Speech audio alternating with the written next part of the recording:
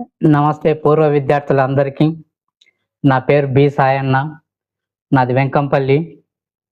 నాది 1991 బ్యాచ్.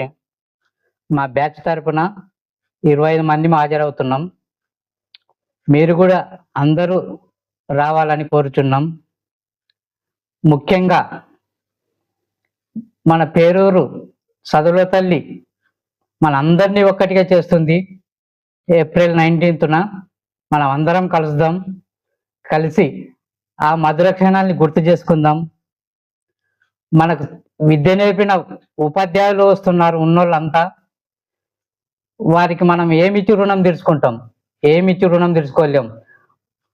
రేపు వచ్చిన రోజు వాళ్ళ పాదాలకు నమస్కారం చేయడం తప్ప అంత అదృష్టం మనకు వస్తుంది. మన పేరూరు స్కూలు మనకు అంత అదృష్టాన్ని తెచ్చిపెడుతుంది.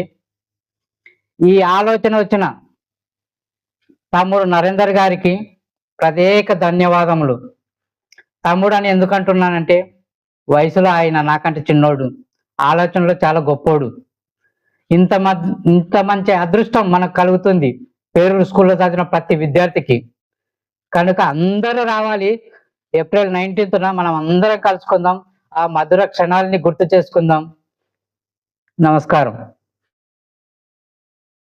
నిన్న ఒక్క కవిత చదివిన గ్రూప్లో బ్రదర్ ఎవరో కానీ చాలా బాగా రాశాడు.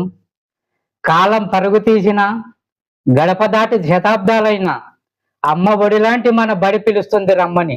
అబ్బా, నా మనసు కరిగిపోయింది. నమస్తే బ్రదర్.